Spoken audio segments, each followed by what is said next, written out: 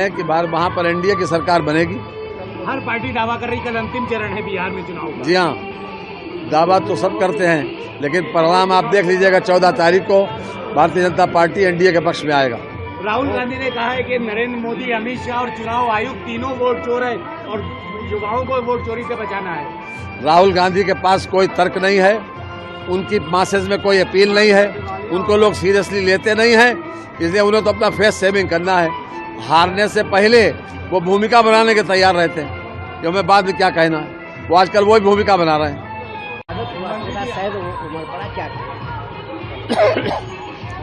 देखिए,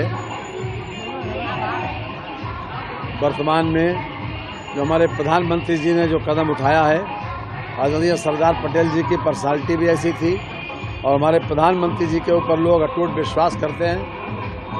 उन्होंने इस कार्यक्रम को राष्ट्रीय एकता के रूप में और आत्मनिर्भर भारत बनाने के रूप में मनाने का जो निश्चय किया, लोगों के मन मस्तिष्क में इस बात को स्वीकार कर लिया कि वास्तव में एकता भी ज़रूरी है और आत्मनिर्भरता भी हमारे लिए बहुत ज़रूरी है। और इसी दिशा में जब लोग मन से किसी चीज़ को आत्मसात करते हैं तो लोगों को इसी प्रकार का उत्साह दिखाई पड़ता है। आज शाहजहाँपुर में ज़बरदस्त उत्साह दिखाई पड़ा और जिस प्रकार से लोगों ने स्वयं अपने आप यहाँ पर पधार कर पदयात्रा में पार्टिसिपेट किया, हम उनको विशेष रूप से धन्यवाद देते हैं। जहाँ तक सवाल यह है कि हमारा सब लोगों से मेरा आग्रह एक ही है कि जब हम आत्मनिर्भरता की बात करते हैं तो हम अपनी आधी आबादी को भी पूरी तरीके से आगे बढ़ाने में मदद करें, उसमें सहयोग करें।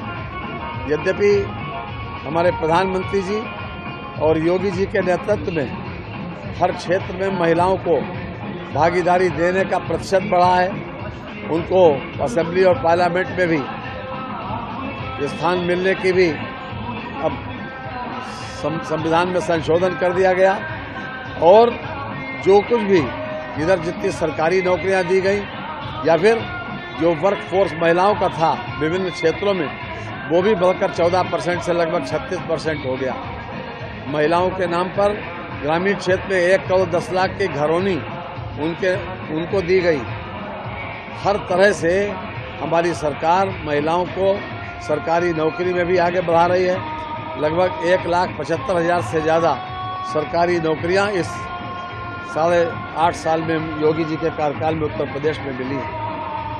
तो एक और जहां पर हम आत्मनिर्भरता की बात करते हैं तो उसमें सबसे ज़्यादा योगदान हमारे प्रधानमंत्री और मुख्यमंत्री योगी जी का है कि जिन्होंने इस महिलाओं को